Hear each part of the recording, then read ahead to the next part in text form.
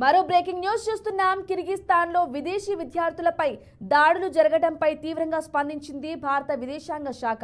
రాష్ట్ర విద్యార్థులు సైతం అక్కడ ఉండటంతో పరిస్థితిని ఆంధ్రప్రదేశ్ ప్రభుత్వ రంగ సంస్థ ఏపీ ఎన్ఆర్టీ సొసైటీ పర్యవేక్షిస్తోంది. తెలుగు విద్యార్థులతో ఎప్పటికప్పుడు మాట్లాడుతూ వారికి కౌన్సిలింగ్ ఇస్తోంది. ఏపీ ఎన్ఆర్టీసీ తమకు తెలిసిన సేకరించిన సమాచారాన్ని విదేశాంగ శాఖ ఇస్తున్న సలహాలను అక్కడి విద్యార్థులకు చేరవేస్తోంది.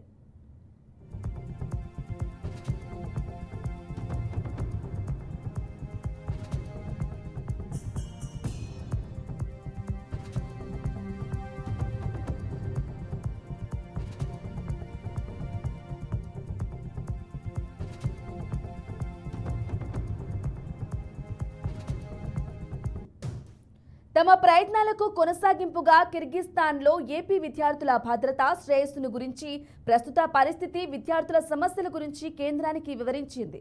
విదేశీ వ్యవహారాల మంత్రిత్వ శాఖ యూరేషియా అదనపు కార్యదర్శి చరణ్జీత్ సింగ్ కార్యాలయంతో చర్చలు జరుపుతోంది.